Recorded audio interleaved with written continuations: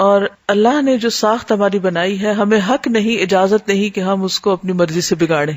تو اس لیے چہرے پر پرماننٹ قسم کا چینج، اپنی مرضی سے اس میں تبدیلی، خواہ وہ ٹیٹوز کی شکل میں ہو، خواہ وہ پرماننٹلی بھویں بنانے کی شکل میں ہو، اس سے اجتناب کرنا چاہیے.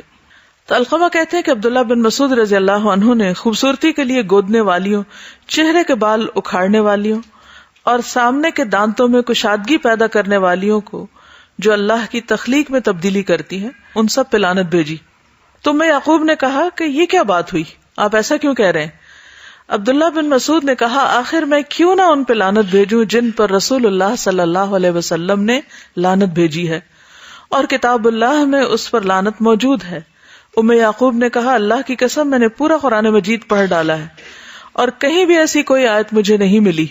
عبداللہ بن مسعود نے کہا اللہ کی قسم اگر تم نے پڑھا ہوتا تو تمہیں ضرور مل جاتی. کیا تم کو یہ آیت معلوم نہیں؟ وَمَا آتَاكُمُ الرَّسُولُ فَخُذُوهُ وَمَا نَهَاكُمْ عَنْهُ فَانْتَهُوا، جو تم کو رسول دے وہ لے لو اور جس سے وہ روکے اس سے رک جاؤ. تو یہاں پر لفظ نمس آیا ہے، نامسات، نون الف میم صاد، نامس. تو چہرے کے بال اتارنے کے لیے لفظ نامسا آتا ہے.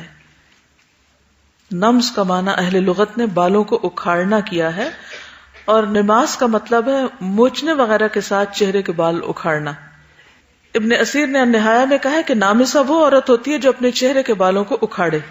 یہ زینت المرأہ کتاب لکھی ہے عبداللہ بن صالح الفوزان نے، انہوں نے ابن اسیر کو کوٹ کیا ہے. ہاں، بیماری کی وجہ سے چہرے کے زائد بال اتارنے کی رخصت ہے. سنن النسائی کی روایت ہے، حارث سے روایت ہے کہ رسول اللہ صلی اللہ علیہ وسلم نے لعنت فرمائی سود کھانے والے پر، کھلانے والے پر، سود کے گواہ پر، سود لکھنے والے پر، گودنے والی پر اور گدوانے والی پر، یعنی ٹیٹوز بنانے والی پر. ایک آدمی نے کہا کہ اگر مرض کی وجہ سے ہو، یعنی کہ کوئی ایسی چیز ہو بیماری کی وجہ سے، تو آپ نے فرمایا کہ ہاں پھر ٹھیک ہے. یعنی اگر ہارمونل چینجز کی وجہ سے خواتین کے بال مردوں کی طرح چن پر یا اپر لپس یا لوور لپس پر ہوں تو اس صورت میں ان کو اتارنے کی اجازت ہے. لیکن پورا چہرہ جو ہے اس کو چھیل ڈالنا یا پھر یہ کہ بھووں کی شیپ بنانا یہ درست نہیں ہے.